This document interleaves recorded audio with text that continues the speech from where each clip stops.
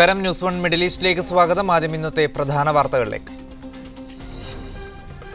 Air India Riyadh Karipur service June ആദ്യത്തോടെ പുനഃസ്ഥാപിക്കും. കരിപ്പൂർ വിമാനത്താവളത്തിലെ റൺവേ നവീകരണ പ്രവർത്തനങ്ങൾ അന്തിമഘട്ടത്തിലേക്ക്. മധ്യവേനലവധി ആരംഭിക്കുന്നതിന് മുമ്പേ വിമാന സർവീസ് പുനഃസ്ഥാപിക്കാനാകുമെന്ന് എയർ ഇന്ത്യ. ഗൾഫ് സഹകരണ കൗൺസിൽ നിലവിൽ വന്നിട്ട് 33 വർഷം. ഗൾഫ് മേഖലയിലെ വെല്ലുവിളികൾ നേരിടാൻ GCC പ്രതിജ്ഞാബദ്ധം. ഏകീകൃത കറൻസി ഉൾപ്പെടെയുള്ള ലക്ഷ്യങ്ങൾ നേടാനാകുമെന്ന് GCCക്ക് പ്രതീക്ഷ. നരേന്ദ്രമോദിയോട് ചേർന്ന് നിൽക്കുമെന്ന് ശ്രേഷ്ഠ ബസേലിയസ് തോമസ് പ്രഥമൻ കത്തോലിക്ക ബാവ. ഇന്ത്യയിലെ ജനങ്ങൾ തിരഞ്ഞെടുത്ത ഭരണാധികാരിയാണ് നരേന്ദ്രമോദിയെന്നും കത്തോലിക്ക ബാവ. ഈജിപ്തിൽ പ്രസിഡന്റ് തെരഞ്ഞെടുപ്പ് നാളെ തുടങ്ങും. ജനറൽ അബ്ദുൽ ഫത്താഹ് അൽ സീസിയും ഇടതുപക്ഷമെന്ന് അവകാശപ്പെടുന്ന ഹംദീൻ സബാഹിയും തമ്മിലാണ് മത്സരം. തെരഞ്ഞെടുപ്പിന് കനത്ത സുരക്ഷ. നരേന്ദ്രമോദി സർക്കാർ നാളെ അധികാരമേൽക്കും. ചെറിയ സർക്കാരും മികച്ച ഭരണവും ലക്ഷ്യമെന്ന് നരേന്ദ്രമോദി. BJPയുടെ പ്രമുഖ നേതാക്കൾ മോദി മന്ത്രിസഭയിലേക്കെന്ന്. രാജ്നാഥ് സിംഗിന് ആഭ്യന്തരം, ധനകാര്യം അരുൺ ജെയ്റ്റ്ലിക്ക്. JP നദ്ദ BJP ദേശീയ അധ്യക്ഷനാകും. സുഷമ സ്വരാജും മനേകാഗാന്ധിയും മന്ത്രിസഭയിൽ. അരുൺ ഷൂറി ആസൂത്രണ കമ്മീഷൻ ഉപാധ്യക്ഷൻ. BJPക്ക് അയിത്തം കൽപ്പിച്ച കേരളത്തിന് മന്ത്രിയെ കിട്ടില്ലെന്ന് O രാജഗോപാൽ.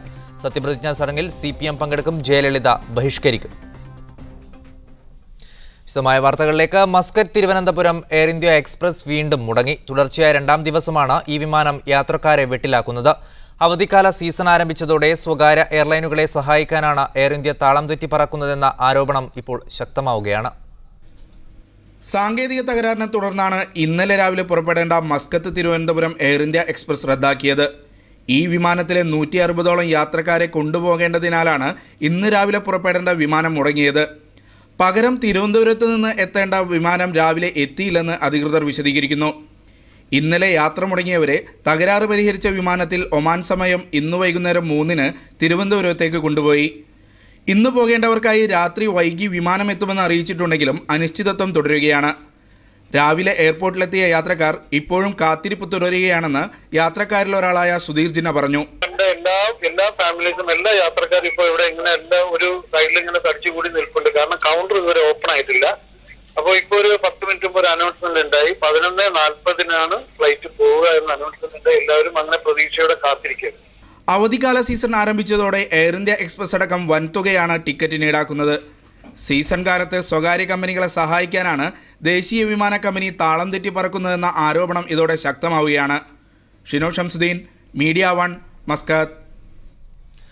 6 രാജ്യങ്ങൾ ഉൾപ്പെട്ട ഗൾഫ് സഹകരണ കൗൺസിൽ നിലവിൽ വന്നിട്ട് ഇന്ന് 33 വർഷങ്ങൾ പിന്നിടുന്നു. കൂട്ടായ്മയുടെ മികച്ച ഗുണങ്ങൾക്കൊപ്പം കനത്ത വെല്ലുവിളികളും GCC നേരിടുകയാണ്.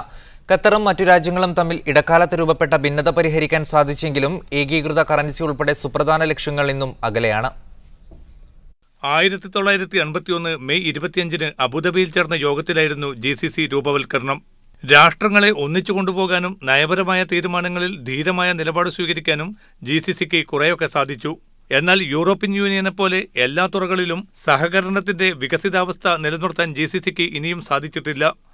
അതേസമയം സാമൂഹിക സുരക്ഷ ഉറപ്പാക്കാനും ലക്ഷക്കണക്കിന് പുറം രാജ്യങ്ങളിൽ നിന്നുള്ളവർക്ക് തൊഴിൽ നൽകാനും അംഗരാജ്യങ്ങൾക്ക് സാധിച്ചു. അറബ് രാഷ്ട്രീയ മാറ്റങ്ങൾക്കിടയിലും കെട്ടുറപ്പോടെ പിടിച്ചു നിൽക്കാൻ കൂട്ടായ്മക്ക് സാധിച്ചത് തദ്ദേശീയ ജനതയ്ക്ക് വേണ്ടി ആവിഷ്കരിച്ച എണ്ണമറ്റ പ്രവർത്തനങ്ങൾ കൊണ്ടായിരുന്നു. മുസ്ലിം ബ്രദർഹുഡിനോടുള്ള ഖത്തർ ആഭിമുഖ്യത്തിന്റെ പേരിൽ സൗദിയും മറ്റും ദോഹയിൽ നിന്ന് സ്ഥാനപതി വരെ പിൻവലിച്ച നടപടി കൂട്ടായ്മക്ക് വലിയ ആഘാതം സൃഷ്ടിച്ചിരുന്നു. എന്നാൽ ഒമാനും കുവൈത്തും നടത്തിയ നീക്കത്തെ തുടർന്ന് ഭിന്നതയ്ക്ക് പരിഹാരം കാണാൻ GCC നേതൃത്വത്തിന് സാധിച്ചു. ഡോക്ടർ അബ്ദുൽ ലത്തീഫ് അൽ സയാനിയാണ് GCCയുടെ നിലവിലെ സെക്രട്ടറി ജനറൽ. അംഗരാജ്യങ്ങളിലെ പൗരന്മാരുടെ സ്വതന്ത്ര സഞ്ചാരം, ഏകീകൃത കസ്റ്റംസ്, GCC പോലീസ് സേന, സംയുക്ത സേന എന്നിവ പ്രാവർത്തികമായി. അതേസമയം ഏകീകൃത കറൻസിക്ക് രൂപം നൽകി മികച്ച സാമ്പത്തിക ബ്ലോക്കായി മാറാനുള്ള അവസരം പല കാരണങ്ങളാൽ GCCക്ക് നഷ്ടപ്പെടുകയാണ്. വർഷങ്ങളായി നടന്ന ചർച്ചയുടെ അടിസ്ഥാനത്തിൽ ഒരു പൊതു കറൻസി രൂപീകരിക്കുവാനും 2010-നകം അത് നിലവിൽ വരണമെന്നുമായിരുന്നു തീരുമാനമുണ്ടായിരുന്നത്. പക്ഷേ ഒരുപാട് തടസ്സങ്ങൾ ഇപ്പോഴും അതുമായി ബന്ധപ്പെട്ടുകൊണ്ട് നിലനിൽക്കുന്നു. Saudi, Kuwait, Bahrain, Qatar, UAE, Oman എന്നീ രാഷ്ട്രങ്ങൾക്ക് പുറമെ യമൻ ഉൾപ്പെടെ കൂടുതൽ രാജ്യങ്ങളെ GCC ഭാഗമാക്കി മാറ്റാനുള്ള നീക്കം ഇനിയും വിജയിച്ചിട്ടില്ല. MCA Nasar, media 1, Dubai. ഇന്ത്യയിലെ ജനങ്ങൾ തെരഞ്ഞെടുത്ത ഭരണാധികാരിയാണ് നരേന്ദ്രമോദിയെന്നും അദ്ദേഹത്തോട് ചേർന്ന് നിൽക്കുമെന്നും ശ്രേഷ്ഠ ബസേലിയസ് തോമസ് പ്രഥമൻ കത്തോലിക്ക ബാവ. ഡമസ്കസിലേക്കുള്ള യാത്രയ്ക്കിടെ കുവൈറ്റിലെത്തിയ അദ്ദേഹം മാധ്യമപ്രവർത്തകരുമായി സംസാരിക്കുകയായിരുന്നു. ഈ മാസം 29-ന് സിറിയയിലെ ഡമാസ്കസിൽ നടക്കുന്ന 123ാമത് പാത്രിയാർക്കീസ് ബാവയുടെ സ്ഥാനാരോഹണ ചടങ്ങിൽ പങ്കെടുക്കുന്നതിനായുള്ള യാത്രാമധ്യേയാണ് തോമസ് പ്രഥമൻ കത്തോലിക്ക ബാവ കുവൈത്തിലെത്തിയത്. ജനങ്ങൾ മാറ്റം ആഗ്രഹിച്ചതാണ് നരേന്ദ്രമോദിയുടെ വിജയത്തിന് കാരണമെന്നും നല്ല കാര്യങ്ങൾ സംഭവിക്കട്ടെ എന്ന് പ്രാർത്ഥിച്ച് കാത്തിരിക്കുകയാണെന്നും സെന്റ് പീറ്റേഴ്സ് മാർത്തോമ ഹാളിൽ വിശുദ്ധ കുർബാനയ്ക്ക് ശേഷം വിളിച്ചു ചേർത്ത വാർത്താസമ്മേളനത്തിൽ അദ്ദേഹം പറഞ്ഞു. ജനങ്ങൾ തിരഞ്ഞെടുത്തയാളെ ആർക്കും തിരസ്കരിക്കാൻ ഒക്കുകയില്ല. അദ്ദേഹത്തോട് ചേർന്ന് നിൽക്കും. ആ നല്ല കാര്യങ്ങൾ ചെയ്യാനിടവരട്ടെ എന്ന് പ്രാർത്ഥിച്ച് കാത്തിരിക്കുകയാണ് ഞങ്ങൾ. കേരളത്തിലെ സഭാതർക്കം മധ്യസ്ഥതയിലൂടെ പരിഹരിക്കണമെന്ന നിലപാടാണ് യാക്കോബായ സഭയുടേത്. സഭാതർക്കം പള്ളികളും ആസ്തികളുമായി ബന്ധപ്പെട്ടത് മാത്രമല്ല, വിശ്വാസപരമായും തർക്കങ്ങളുണ്ട്. കേരളത്തിലെ സഭാതർക്കവുമായി ബന്ധപ്പെട്ട് 536 കേസുകളിൽ താൻ പ്രതിയാണെന്നും താൻ വാദിയായി ഒരു കേസും നിലവിലില്ലെന്നും അദ്ദേഹം പറഞ്ഞു. മുഖ്യമന്ത്രി ഉമ്മൻചാണ്ടി മധ്യസ്ഥതയിലൂടെ പ്രശ്നം പരിഹരിക്കുന്നതിന് എതിരാണോ എന്ന ചോദ്യത്തിന് ബാവയുടെ പ്രതികരണം ഇങ്ങനെയായിരുന്നു. അദ്ദേഹം പ്രതിനിധാനം ചെയ്യുന്ന അല്ലെങ്കിൽ അദ്ദേഹത്തിൻ്റെ ഇടവകയൊക്കെ അങ്ങനെ, അദ്ദേഹം ആ സഭയിൽപ്പെട്ടയാളാണ്. അതിൻ്റെതായ രീതിയിലുള്ള ചില ഏറ്റക്കുറച്ചിലുകളൊന്നുണ്ടാകും.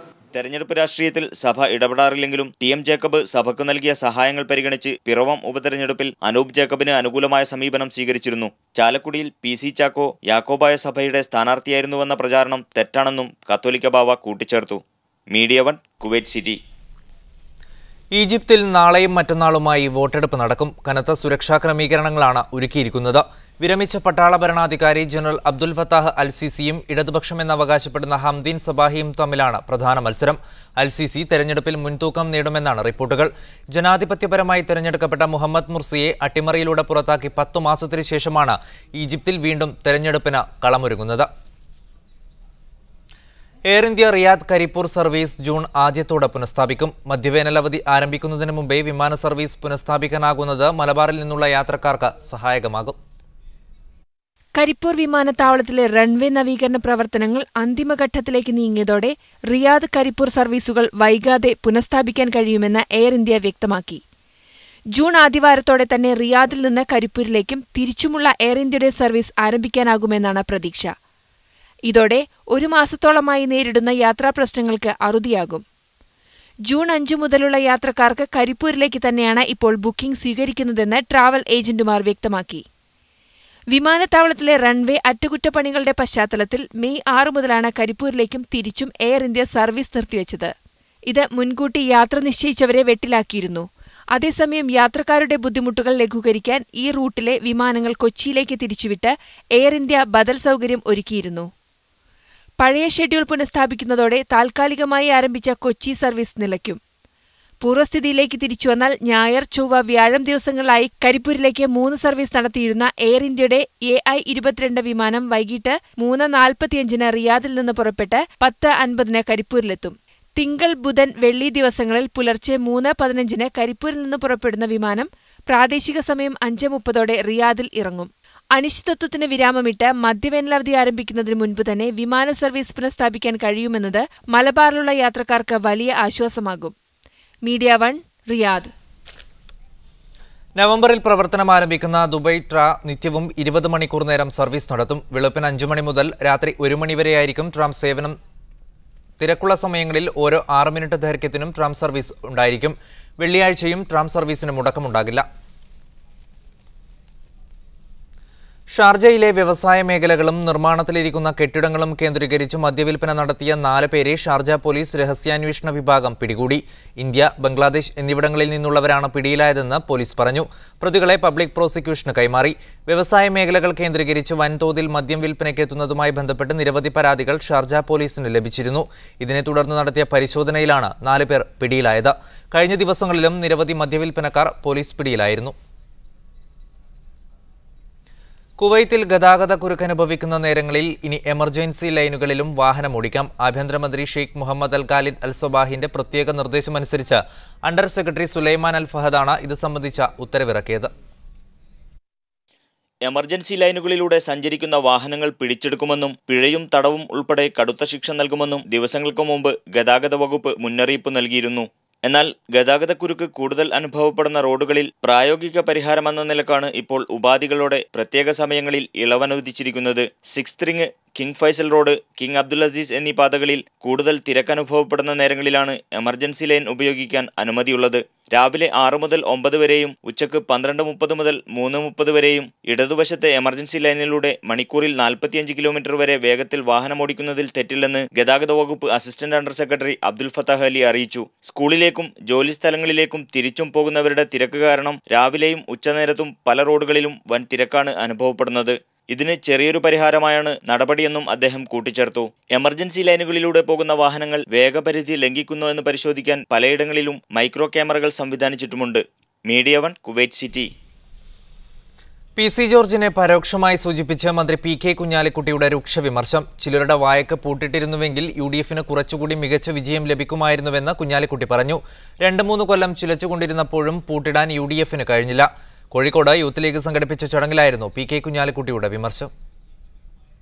കസ്തൂരി രംഗനും അതുപോലെ തന്നെ പെട്രോളും ഡീസലും വില വർദ്ധിപ്പിക്കുകയും അതുപോലെയുള്ള ഗ്യാസിൻ്റെ പ്രശ്നവും ഒന്നും പറയേണ്ട പ്രശ്നങ്ങളേ ഉള്ളൂ. ഇനി അതൊക്കെ ഒഴിവാക്കാൻ കഴിയാത്ത പ്രശ്നങ്ങളാണ് എന്ന് വെക്കാം. എന്നാൽ ചിലരുടെ തൊള്ളക്കൊരു പൂട്ടിടാൻ കഴിഞ്ഞിരുന്നെങ്കിൽ അത് എത്ര നന്നാകുമായിരുന്നു. അതും നമുക്ക് പറ്റിയിട്ടില്ല. 2-3 കൊല്ലം ചിലച്ചുകൊണ്ടിരിക്കുകയായിരുന്നില്ലേ പലരും. TV തുറന്നു കഴിഞ്ഞിട്ടുണ്ടെങ്കിൽ പിന്നെ ഇങ്ങനെ വൃത്തിയോട് പറഞ്ഞുകൊണ്ടിരിക്കുക 2-3 കൊല്ലം. ഞാൻ ആരാധൊന്നും പറയുന്നില്ല, ആ കൂട്ടത്തിൽ മുസ്ലിം ലീഗുകാരില്ല എന്നുള്ളത് എനിക്ക് കുറച്ച് പറയാനുണ്ട്. താരതമ്യേന കുറവാണ് മുസ്ലിം ലീഗുകാർ. ഉണ്ടോ? ഇല്ല. അങ്ങനെ ഒരു കേസ് ഇതുവരെ റിപ്പോർട്ട് ചെയ്തിട്ട് തന്നെ ഇല്ല. മറ്റത് ഇങ്ങനെ പറഞ്ഞുകൊണ്ടിരിക്കുക, തോന്നിയതൊക്കെ പറയുക, വൈകുന്നേരമാകുമ്പോഴത്തേന് പിന്നെ ഇങ്ങോട്ട് ചാറാക്കുക, പിന്നെ അത് സംബന്ധിച്ച് ചർച്ചയും അത് ബാക്കിയും. ഇതൊക്കെ അവഗണിച്ചിട്ട് വേണം ജനങ്ങൾ UDFന് വോട്ട് ചെയ്യാൻ. നിങ്ങളൊന്ന് ആലോചിച്ച് നോക്കി. കുരീപ്പുഴ സെന്റ് ജോസഫ് പള്ളി വികാരിയെ മാറ്റരുത് എന്നാവശ്യപ്പെട്ട് ഇടവക അംഗങ്ങൾ കൊല്ലം ബിഷപ്പ് ഹൌസിലേക്ക് നടത്തിയ മാർച്ചിൽ സംഘർഷം. പോലീസ് കണ്ണീർവാതകം പ്രയോഗിച്ചു. സംഘർഷത്തിൽ മാധ്യമപ്രവർത്തകർ ഉൾപ്പെടെ 40ഓളം പേർക്ക് പരിക്കേറ്റു. കുരീപ്പുഴ സെന്റ് ജോസഫ് പള്ളി വികാരി ഫാദർ ജോസഫ് ഡാനിയലിനെ സ്ഥലം മാറ്റിക്കൊണ്ടുള്ള കൊല്ലം ബിഷപ്പ് സ്റ്റാൻലി റോമന്റെ അറിയിപ്പ് ഇന്ന് കാലത്താണ് വിശ്വാസികൾക്ക് ലഭിച്ചത്. തീരുമാനം പിൻവലിക്കണമെന്ന ആവശ്യവുമായി സ്ത്രീകളും കുട്ടികളും അടങ്ങുന്ന സംഘം ബിഷപ്പ് ഹൗസിലേക്ക് മാർച്ച് നടത്തുകയായിരുന്നു.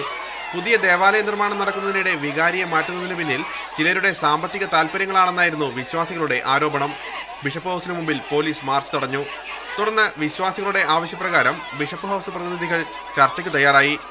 ബിഷപ്പ് വിദേശത്തായതിനാൽ വികാരിയെ മാറ്റുന്നത് സംബന്ധിച്ച് ഇപ്പോൾ തീരുമാനമെടുക്കാനാവില്ലെന്ന് ബിഷപ്പ് ഹൗസ് പ്രതിനിധികൾ അറിയിച്ചു. പിരിഞ്ഞു പോകാൻ പോലീസ് ആവശ്യപ്പെട്ടെങ്കിലും പ്രതിഷേധക്കാർ അതിന് തയ്യാറായില്ല. തുടർന്ന് പ്രതിഷേധക്കാരും പോലീസും തമ്മിൽ ഉന്തും തള്ളുമായി. സ്ഥിതി നിയന്ത്രണാതീതമായതോടെ പോലീസ് ലാത്തി വീശുകയായിരുന്നു.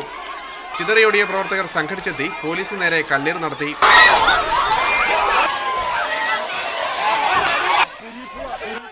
സംഘർഷത്തിൽ അയവ് വരാത്തതിനെ തുടർന്ന് പോലീസ് 3 വട്ടം കണ്ണീർവാതകം പ്രയോഗിച്ചു. അരമണിക്കൂറോളം നേരം സംഘർഷം തുടർന്നു.